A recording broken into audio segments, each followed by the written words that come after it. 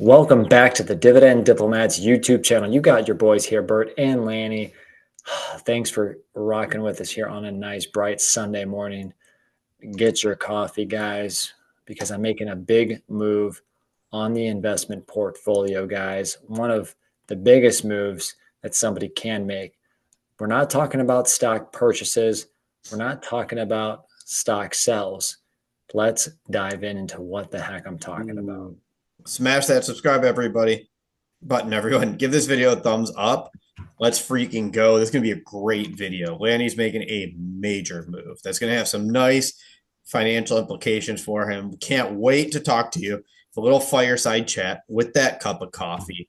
Maybe it's in that Dividend Diplomats coffee mug. If you don't have one, check out that swag store below. Lanny, should we give out some swag today? Even if we don't hit a certain level of likes, should we just do an overall swag giveaway for all those diplomaniacs out there? Yeah, guys, don't have to hit this number of likes, but comment below what brokerage you use to buy your dividend stocks below.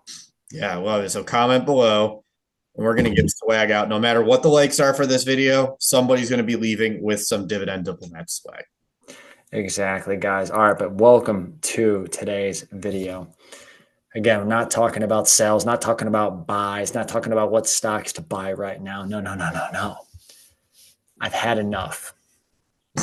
I've had enough. This guy has had enough of Ally's investing platform.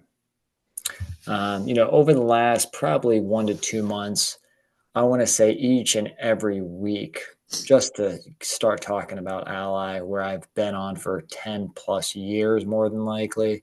I have taxable accounts, I have retirement accounts, I've got savings accounts on there.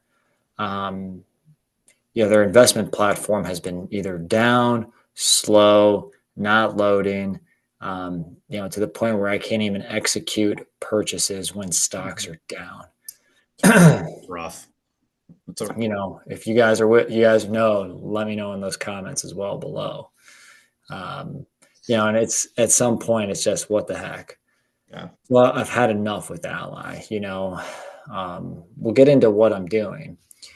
But, again, outside of just being down over the last few years, when many investment firms, including even Fidelity, even old school Fidelity, you can buy partial shares. You can do a dollar investment. You could set a recurring amount of an investment every week, every day, in dollars, not in number of shares. Well, not for Ally.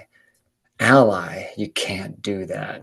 For instance, for my wife buying VYM, every morning on Mondays, I have to sign in and put the buy order in for 3. If I forget, well, shit on me. Absolutely wild. And that's what's interesting about Ally, where, to your point, Lanny, Fidelity, Schwab, the old school brokerages, the legacy brokerages, even caught up to this. They're actually moving at a faster pace of adoption to make some of these changes than you have with Ally Investing. So you started with them 10 years ago. Things have changed, obviously. They were a great platform when you started because there's a reason why you signed up for them. But hey, times change. 10 years is a long period of time in this investing world. We were still paying for trades over 10 years ago. Now, Yes. trades are free. People are trading 24 hours now. That didn't happen back in the day. So just think about how much has changed in your life, the investing world, and the speed at which companies can evolve. And what worked 10 years ago may not now. So I'm pumped up for you, Lanny, that you're making a move to make your situation better, to make your life easier. Yeah. So it was the investment platform lockouts. It was the no partial shares. It was can't set an automatic purchase to save myself some time. You couldn't, say if I was like, oh, I just want to have cash ready in the morning, to buy a share and put a trade in now. Well, if I didn't have cash in, I couldn't make a transfer, even though I'm going from an Ally savings right to the investment platform. So I couldn't do that and then set the trade. So I always had to wait till the morning and then for that money to clear from its own platform. And then on top of that, even when a dividend gets paid on March 17th, let's say, for instance, heck, it won't post on the 17th. It may not even post on the 18th. It'll show me on the 19th. So It's just give me my information transparent, ready when it should be.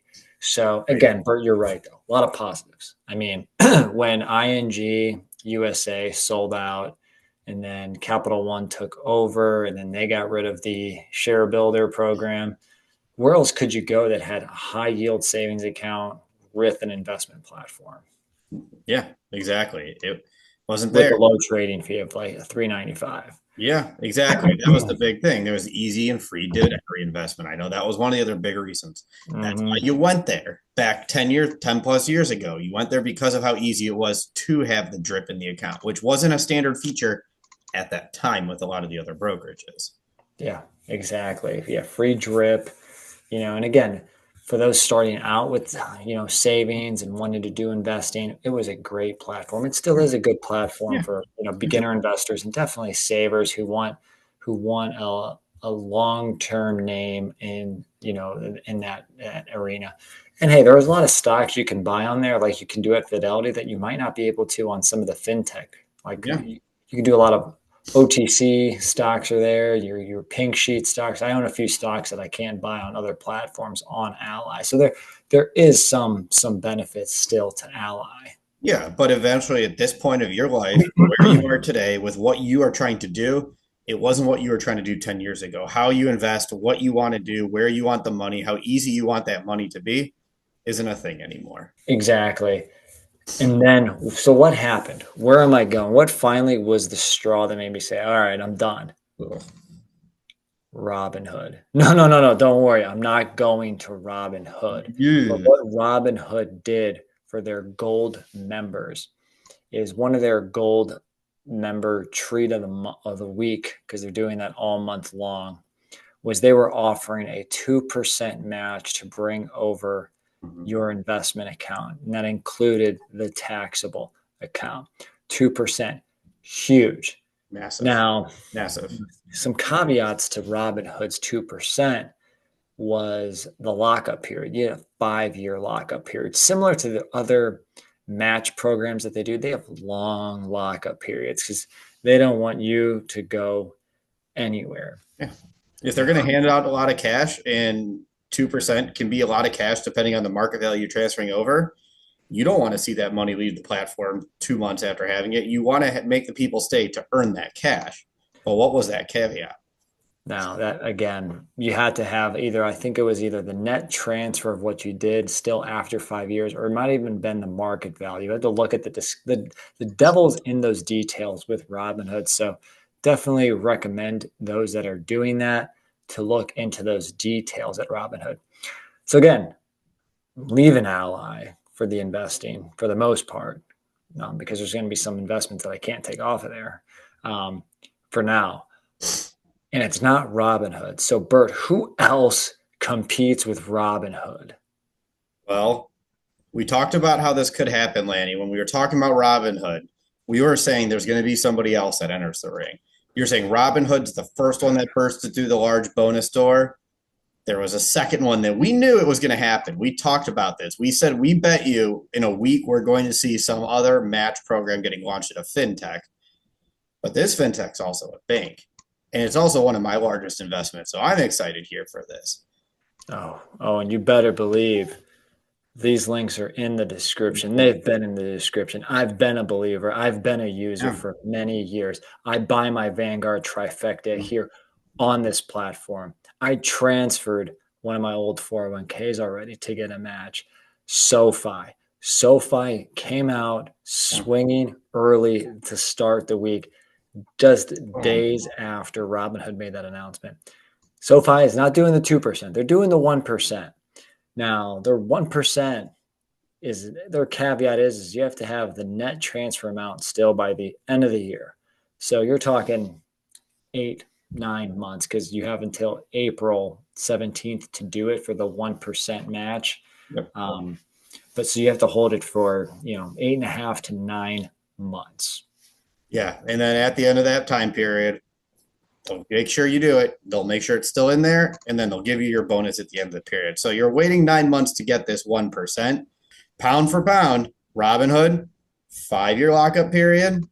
SoFi, 1 year lockup period. And that is worth taking the 1% less, knowing that you're going to get the bonus faster and you're not committed and stuck there through a long period of time. Exactly. And in my world, there's a lot more that I have already with SoFi that this just made so much sense. So, Absolutely. guys, the transfer has started with from Ally to SoFi. I initiated it the night of March 18th. Now, you guys know that I have about 60 positions, give or take, right? I know. Pick your job, a ton, gasp. I know. I know, guys. I know. Now, I'm not doing everything. And to get the 1% match, you need to transfer at least $20,000 of market value. And again, they're offering the 1% on both taxable accounts and retirement accounts.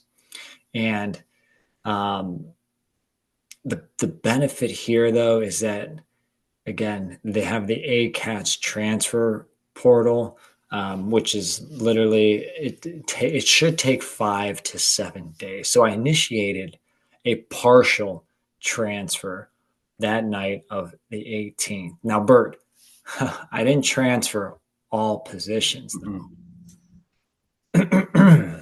And it's important you're dipping your toes in. You're going to see what's going on. There's a strategy, there's a method to how you're going about this transfer, Lanny, because you're not just taking everything saying, we're going here at once. Because what is March? What is March that is significant for why, even though you started in the middle of March, there's got to be a reason why you want to wait a little bit to transfer some of your positions, isn't there? Exactly. So there are dividends, a ton of dividends that pay during this quarter. So I actually went through all positions and essentially put a column in for when the dividend was already paid or when will it be paid. So that started the filter process. I wanted to see dividends that were already paid, whether that was January, February, and already in March, already paid. But I didn't just stop the filter process there, Bird. No, no, you didn't, did you?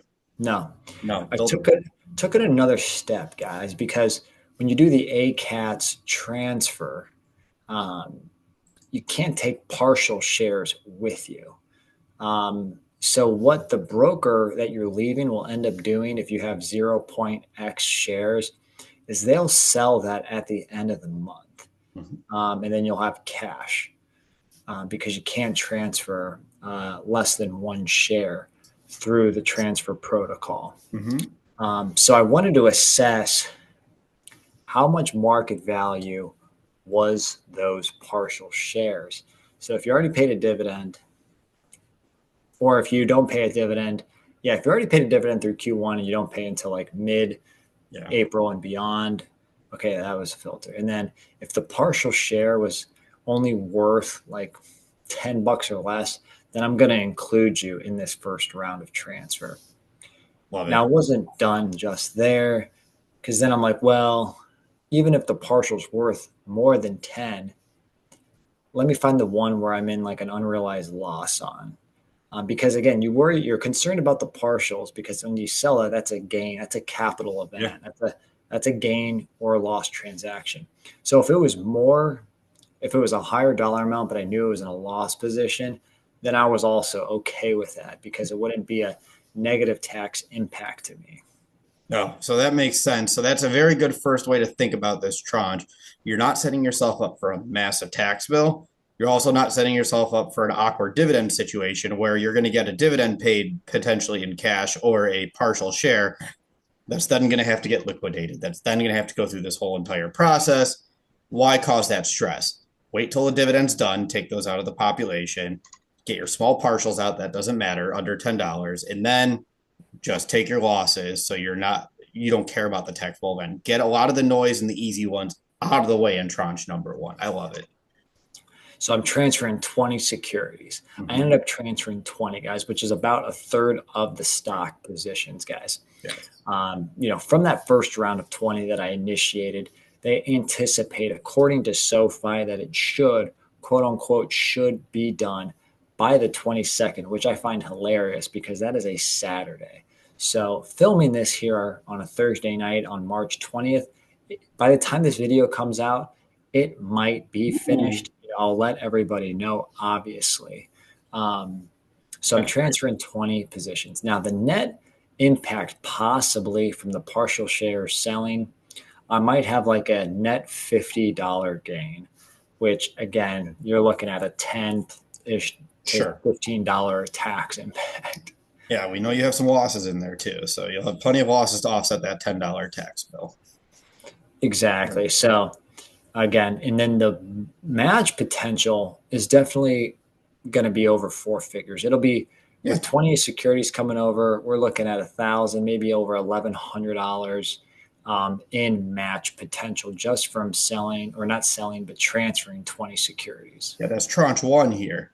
So what's your next plan, Lanny? So you have tranche one coming through.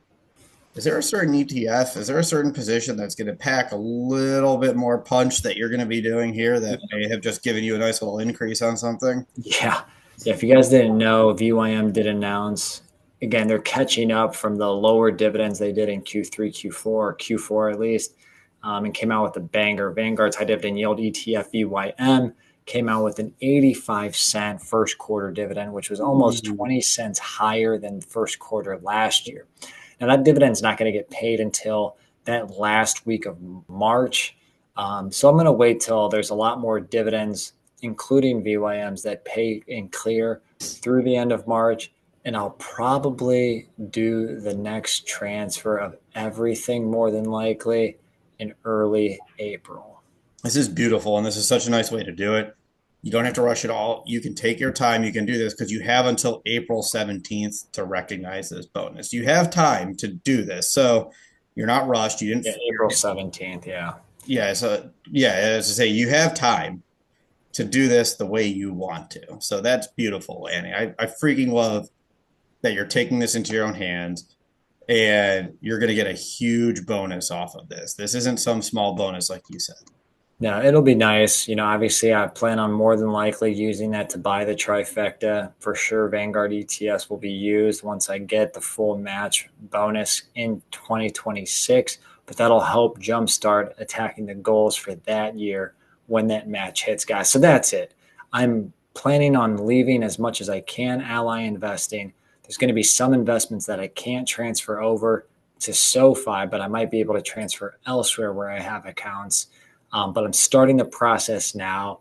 20 investments, one third of the number of positions is moving right now from Ally to SoFi, getting the 1% match. It should be completed by the time this video hopefully comes out. And then come April, the second and hopefully last tranche will occur between Ally to SoFi. We love it. So we're going to put the links down to SoFi just to check it out. Maybe this works for you. Maybe it doesn't. Remember, whatever brokerage you pick, whether it's SoFi, Fidelity, like I use, you do what's best for you and what's best for your investing position and what your strategy is. That's why we're here today. Remember, Lanny used Ally for 10 years. Didn't work out for Lanny anymore. So he's taking the move to do what works best for him in 2025. So we challenge all of you to make sure you're doing what's best for all of you in 2025 and finding the platform that fits what you want to do the best. Guys, remember to comment what brokerage you use. Let me know if you also felt the pain from Ally investing. Provide your feedback on the move from Ally to SoFi. Taxable right now. And again, retirement accounts will be up next, as well as the remainder of the taxable account for the 1% match from SoFi's investing platform. Guys, like the video, subscribe to this gosh damn channel, and you're either with us or you're against us, Jack. That was Bert the Hurt and Lanny from the Dividend Diplomats. Over and out.